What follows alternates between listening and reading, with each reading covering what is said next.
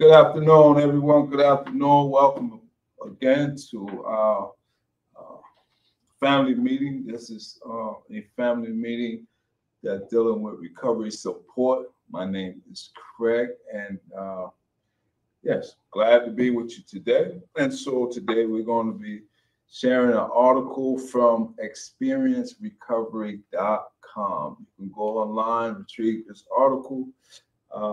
And so let me give you the title of the article that I'm making mention of. And there it goes. The importance of identifying addiction triggers. This is a two-part. And so today we're going to do in part one of family recovery support. The importance of identifying addiction triggers. All right. And so let's talk about it. So the first topic we want to have is identifying addiction triggers is necessary for recovery. When I got this article, I just thought about some of the, I am someone who is in recovery as well. I am a peer. I'm a certified peer recovery specialist. So that means that I have some experience with residential treatment, experience with the uses of alcohol and substances, drugs, that is. And so I was fortunate to go through a peer recovery community for substance abuse. And so some of the tools and some of the coping mechanisms that I remember, that I recall in my mind, was that being able to identify some of the triggers we talked about in treatment was identifying not only triggers, but cravings and urges. And so that stuck out important to me. So I want to bring this article to the forefront and share it with some people, for most people, who have never heard or never been in a residential treatment. So to give you some insight of what this article is talking about when it comes to triggers. All right, so let's get right into it. This article starts off by saying, when we talk about addiction triggers, it is a common misconception that quitting drugs or drinking is just a matter of stopping. People think, what's the big deal? Just don't put drugs or alcohol in your body and move on with your life. Unfortunately, overcoming addiction is not an easy challenge. Drug addiction led to nearly 92,000 fatal overdoses in the U.S. in the year 2020. Drug-involved overdoses are at an all-time high. We believe, this article says, it is fair to say that most of them desperately wanted to get sober. If addicted people could simply make the decision to get sober, snap their fingers, and turn their lives around, they would. But having a substance use disorder is a complicated endeavor. Recovery is not easy, and most people require addiction treatment to reclaim their lives once they become addicted to drugs or alcohol. Triggers provide a perfect example of why staying sober isn't as simple as it seems. For many individuals, recognizing and preventing relapse is one of the most challenging aspects of recovery, unless you have experienced them personally. You cannot imagine how difficult it can be to navigate a trigger without giving in to temptation. Okay, so it's not as turning on a switch. Let's talk about triggers and explain why identifying them is vital to the recovery process. This will not only help sober people stay sober, it would also educate those who don't fully understand the disease of addiction. All right, let's take a deeper dive. All right, and so the next topic of discussion is, what are addiction triggers? What are addiction triggers? In simple terms, a trigger is anything that brings back thoughts, feelings, or memories of an addiction. Triggers happen for people who are in recovery from a substance use disorder, but they can also happen for people who have been hooked on gambling, sex, food, and other types of behavioral addictions. Sometimes a trigger can lead to a craving, which is defined as an intense desire to do something. One of the most important things to understand in addiction recovery is the triggers that can lead to relapse. Triggers can be both internal and external. Internal triggers are related to emotions such as anger, fear, sadness, or boredom, while external triggers are related to people, places, and things associated with past drug or alcohol use. It's essential to recognize the signs of an addiction trigger so you can take steps to avoid it or manage it in a healthier way, such as evading certain people or places that could be associated with substance abuse, practicing mindfulness and self-care, and learning how to cope with difficult emotions effectively. This is some good stuff. It talks about triggers can be both internal and external. All right. It said understanding relapse triggers and coping with cravings is essential in maintaining sobriety and developing better habits. So, by doing an inventory, taking an assessment of how we're feeling, making an adjustment, avoiding people, places, and things that can trigger or bring back old memories. And so these are things that comes with the territory of being able to identify what your trigger, what my triggers are, and be able to use some coping skills. And we're going to get into some coping skills and what some of the triggers can and what they do look like. And so there's different aspects, and so this article is going to cover some. So the next topic of discussion, that is common types of addiction triggers and recovery. All right, addiction triggers can be challenging to identify, especially in the early stages of recovery. But understanding and recognizing them is critical to successful long-term sobriety. The triggers can be broken down into several categories, including environmental, emotional, behavioral, and psychological.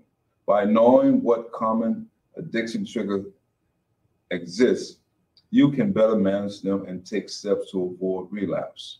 Let's learn more about each type of addiction relapse trigger and how to avoid them. All right, so let's dig.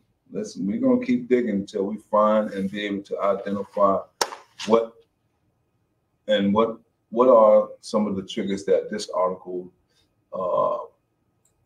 is talking about. First one we want to look at is environmental triggers. People, places, and things. Environmental addiction triggers are external factors that can lead to a relapse and recovery. These triggers can include people, places, and events and emotions that remind us of the addiction.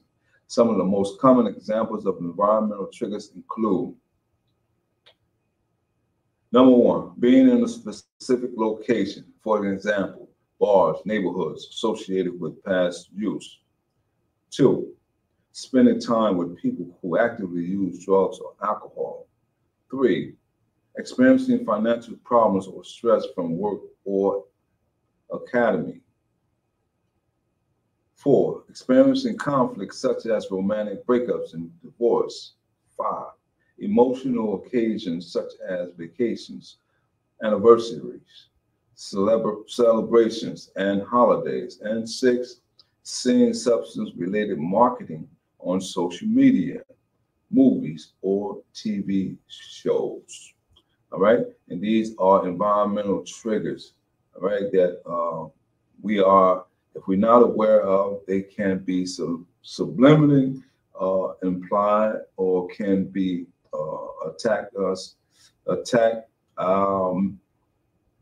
or can be a trigger that can lead to a relapse if we're not mindful of what they look like and how to respond to them appropriately. The best way to avoid environmental addiction triggers is to become aware of your surroundings and the people around you. Being around certain people can lead to relapse, so limiting your contact with them is crucial. Additional, taking time out for yourself and engaging in activities such as exercise, meditation, or reading can help reduce any negative emotions and stress that could lead to substance use. With an awareness of potential triggers and a plan in place for avoiding them, you can work toward achieving long-term sobriety. All right, and so that one deals with environmental triggers, people, places, and things. Some of the things that you can look out for, be aware of, and some tools that you can use. And so some of the tools that they make mention of is engaging in exercise, meditation, or reading a book, and because it helps you navigate through the negative emotion and stress. The second part of common types of addiction triggers are emotional triggers. Emotional triggers consist of stress, anxiety, and depressions. All right. And so emotional triggers are emotional states that can lead to relapse and recovery. These emotional states can range from anger, sadness, and loneliness to boredom or stress. Let me read that again, because we're talking about common types of addiction triggers and recovery. And first, when we talked about environmental trigger, people, places, and thing. Now we're talking about emotional triggers, stress, anxiety, depression. And so the first line of this part let us know that emotional triggers are emotional states that can lead to relapse and recovery. These emotional states can range from anger, sadness, and loneliness to boredom or stress. Experiencing strong emotions such as anger, sadness, or joy can also act as a reminder or increase the urge to use. It is important to recognize these emotional triggers and manage them appropriately. Otherwise, it could lead someone down a path of substance abuse without even realizing what has happened. This thing is very powerful, very sneaky. So if you're not up on your A game, you're not paying attention to some of the internal and external cues from stimuli, you can be misled or you can lead to relapse. So be mindful to some of the things that may give you glimpses and hints of triggers that, if you're not aware of, can lead you down the wrong path. The following are some common examples of emotional triggers. All right, so we're going to go over some of the common examples of emotional triggers. Number one, feeling lonely or isolated. Remember, we're talking about emotional triggers. So these are internal factors, okay? Feeling lonely or isolated, feeling overwhelmed by activities and responsibilities, right? Facing rejection or criticism from others, right? Feeling powerless in certain situations, being too hard on yourself for mistakes made in the past, right?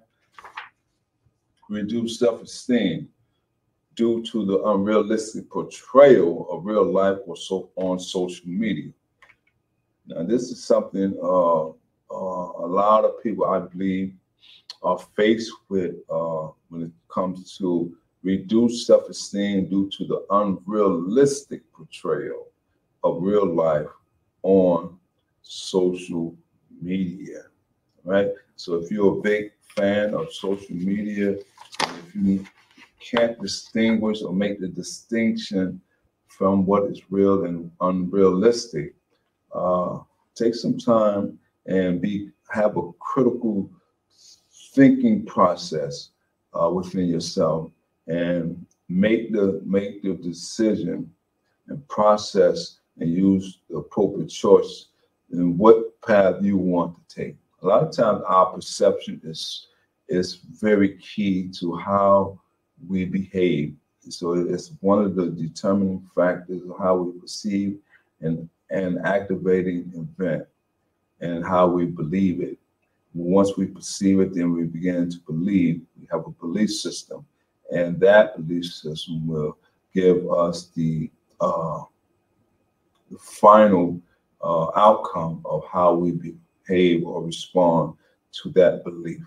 All right. So the next one talks about hearing songs associated with an addiction, experiencing strong emotions such as anger or joy, experiencing intense worry, fear, and uncertainty about sobriety, frustrated with their progress in recovery. It is important to practice self-care by engaging in healthy activities such as exercise and meditation to reduce the risk of relapse due to emotional addiction triggered. Building a solid support system with friends and family who understand your recovery journey is also beneficial.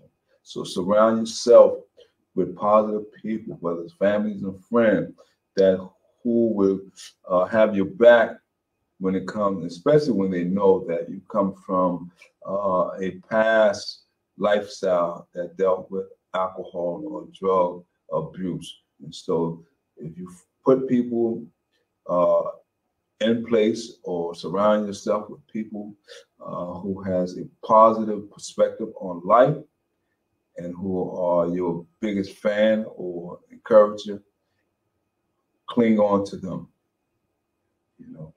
Learn how they cope. And if they're exercising, if they're eating right, they're having self-care, ultimately by you associating with them frequently, regularly, I believe that some of these traits will rub off on you as well. Additionally, attending regular therapy sessions where you can discuss any challenges you face to develop practical coping skills is fundamental.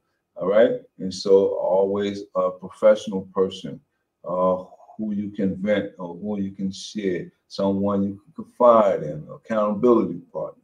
So that's always good. Following these strategies can reduce the risk of relapse due to emotional addiction triggers and maintain long-term sobriety. So we went over the first one, environmental. Second one, emotional. Third one, we want to go over, and that is behavioral triggers. All right. Got a thumbs up. All right. Thank you for that thumbs up. All right. And so we appreciate whoever's watching. And so it's great to have you on board. So we're talking about behavior. This is the next common type trigger, and that is behavior triggers, routines, and habits. Behavior triggers are activities and habits that can lead to relapse and recovery. These triggers can involve certain behaviors, such as going to a bar or club, or even boredom. Talking about behaviors. Remember, I talked about your perception, your belief, your behavior, which is the consequences of your thought process and what you believe of the actual activating event. Behavioral addiction triggers can also be anything from seeing drug-related content online, engaging in activities associated with addiction, such as playing video games, or even just having free time without anything to do. Right? Behavior is so important. Some of the most common examples of behavioral triggers include, let's find out what they are. Having too much idle time without meaningful projects or activity. Wow. I remember being in a therapeutic treatment program, and the counselor, who was also the supervisor, says, Most people that's in recovery they stay busy, they stay active because they don't have time to sit around and think about things that would draw them back into their past lifestyle. So he says people try to keep their mind constantly focused on doing things that would improve their lifestyle. So they're always working, doing things, volunteering, helping others, going to meetings, learning more about education, vocational, life skills, and all these things, doing constantly inventory on oneself, how we can become better than we were yesterday, today, and tomorrow. All right. And so having too much idle times without meaningful projects or activities, not maintaining healthy eating and sleep routines. All right. Setting unrealistic expectations and goals without processes for achieving them. Skipping therapy sessions or meetings. Let me read that again. Skipping therapy sessions or meetings. Not having a plan for how to cope with stressful situations or trigger. That is powerful. Not having a plan for how to cope with stressful situations or triggers. One of the most important tips for avoiding behavioral trigger is to create a new routine that does not involve activities associated with substance use. Keep them busy. There you go, that word. Keep them busy and engaging in activities such as reading, writing, exercising, or going for a walk are all great alternatives to fill any free time that may be available. Remember, I made mention that we're going to be talking about some coping skills, and these are what we call coping skills. By keeping busy and engaging in activities such as reading, writing, exercise, or going for a walk are all great alternatives to fill any free time that may be available. Additionally, it is beneficial to set clear and healthy boundaries with individuals in your network who still use drugs or alcohol. Set healthy boundaries. All right? And so we're going to move on. We went over the first one, what's environmental triggers, right? Boom, we went over environmental triggers. The second one, we talked about emotional triggers. The third one, behavioral triggers. All right? And so now we want to go a little deeper. The psychological triggers. Psychological trigger, negative thoughts, beliefs. All right? Psychological triggers, also known as cognitive addiction triggers, are negative thoughts and beliefs that can lead to relapse and recovery. These psychological triggers can involve anything from self-doubt and fear of failure to feelings of worthlessness or shame. Psychological triggers often go hand in hand with emotional triggers as they stem from the exact root cause, unresolved trauma or stress. Whew. Going deep. They're going a little deep. We're taking a deep dive. All right. Hold on, everybody. We're going for a little ride. All right. So it says individual in recovery need to be aware of their psychological triggers to manage them appropriately and reduce the risk of relapse due to these mental health issues. Some examples of psychological addiction triggers include feeling overwhelmed by the desire to escape from reality.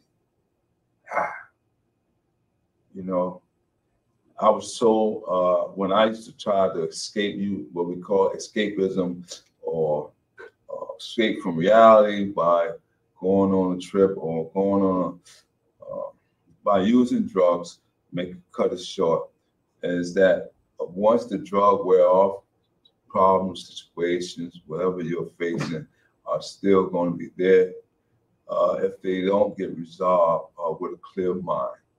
Identifying with negative beliefs about oneself, such as I'm not good enough. Those are self-talk, right? So it says psychological and emotional. They are triggers. That is, they oftentimes go hand in hand. All right. And so judging oneself harshly for perceived failings or mistake. Don't be hard on yourself. Don't be hard on yourself. Just because your sobriety may not be as extensive as someone else's sobriety doesn't matter. Celebrate the small victory. All right. Don't be so hard on yourself. All right. Blaming oneself for bad outcomes without considering other factors. Right. Uh, Perception. These are perceptions as well. Psychological, negative thoughts and belief. Negative thinking and ruminating on the past. All right. So don't dwell on the past. Psychological addiction triggers can be avoided by taking proactive steps to address the underlying issues causing them. Going down to the root cause of what is the exact underlying factors. These This includes identifying and addressing unresolved trauma or stress and change negative thoughts and beliefs about oneself.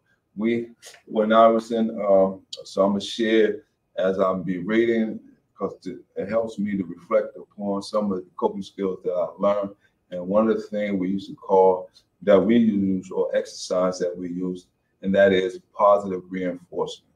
So when you have a negative thoughts and belief about oneself, replace those negative thoughts or belief with positive one, right? And I utilize it for myself, and I get great results when I use positive reinforcement. Never allow negativity to outweigh the positivity in your life, because once you begin to think positive, you have positive outcomes.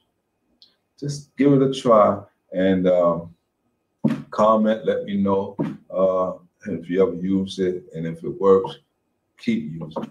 That's all you have to do. I don't want the credit for it. As long as you're making progress in your recovery and that your sobriety is going smoothly. You're going to run into some bumps. Okay, that's all right. Brush your shoulders off. Developing strong coping skills such as relaxation techniques. Mindfulness can also help reduce stress while gradually reintroducing positive self-care activities will help bring balance and joy into our lives. Connecting with others in meaningful ways and increasing positive experiences is also essential. All right. So there is some exercises that you can utilize to reduce stress. All right. Behavioral modification therapy exercises, desensitization. They are exercises that you can practice. If you don't know how to utilize them, I suggest that you learn them, because sometimes we can get overwhelmed and our thoughts can be going here and there if we don't pause, relax, and ponder what is going on within and without around us.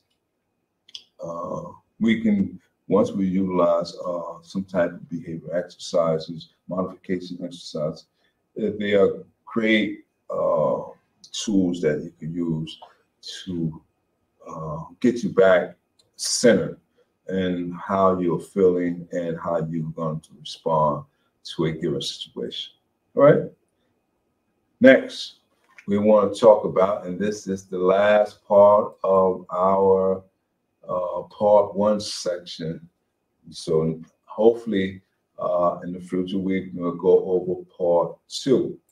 All right. But part one today is the importance of identifying addiction triggers and recovery. All right. And so it says identifying addiction triggers is essential to recovery as it helps individuals better understand their cravings and thought patterns. Knowing what can tempt you to use substances or cause a relapse helps prepare for challenges ahead and allows for proactive coping strategies. Identifying and managing addiction triggers is also a vital component of relapse prevention. Once someone in recovery knows what triggers them, they are in a much better position to stay sober one day at a time. Some tactics to identify addiction triggers include: number one, journaling and self-reflection. Journaling and self-reflection are essential tools for identifying and managing addiction triggers. Keeping a regular record of your experiences with triggers can help you learn from past instances and build more robust strategies for future recovery efforts. Self-reflection can help to identify negative thought patterns and underlying beliefs that may lead to relapse. At the same time, journaling can provide a safe space to document emotions, thoughts, and feelings surrounding the trigger to gain better insight into the trigger themselves. Two, keeping a trigger diary. Keeping a trigger diary is an effective way for individuals to identify and anticipate triggers in their daily lives. When someone records detailed information on what, who, when, and where was the motivation before their use or craving, they can gain insight into how to reduce temptation or take a preventive action. A trigger diary can also help uncover underlying causes of use or craving, including underlying emotions and environmental events that may lead to substance abuse. Furthermore, a trigger diary can allow people to recover to recognize patterns in their behaviors and develop more effective coping strategies for future situations.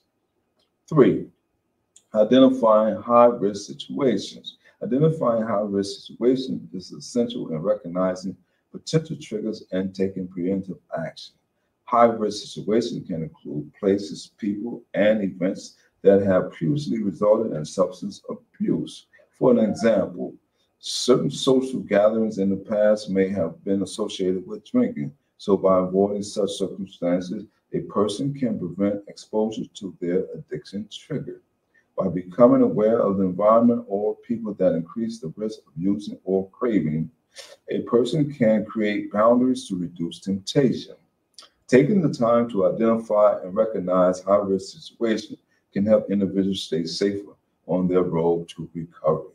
Four, get a professional assessment by a therapist or addiction specialist, all right?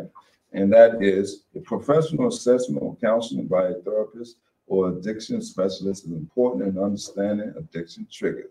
A specialist can provide the necessary tools to identify triggers and help develop a relapse prevention plan to manage and reduce the risk of relapse. All right, a relapse prevention plan. A professional assessment may include psychological testing and interview and medical evaluation and a personal history and family dynamic discussion. Through this comprehensive assessment, therapists or specialists can help uncover underlying causes of substance abuse and create customized treatment plans tailored to individual needs that address those underlying causes. This specialized attention can go a long way in helping people in recovery identify their triggers and learn how to prevent further addiction. All right, and so that's it for now. Part one. Today we were talking about the importance of identifying addiction triggers. Part one. So this has been our family recovery support, and we're thankful for all those who have watched. If you know someone who's struggling with any alcohol or drug addiction, please help them to get help with professional assistance. It's been great. Thank you for tuning in. This has been we talked about today, the importance of identifying addiction triggers, part one. All right. And so until the next time, stay safe, have a blessed day, and stay healthy. Take care, everybody.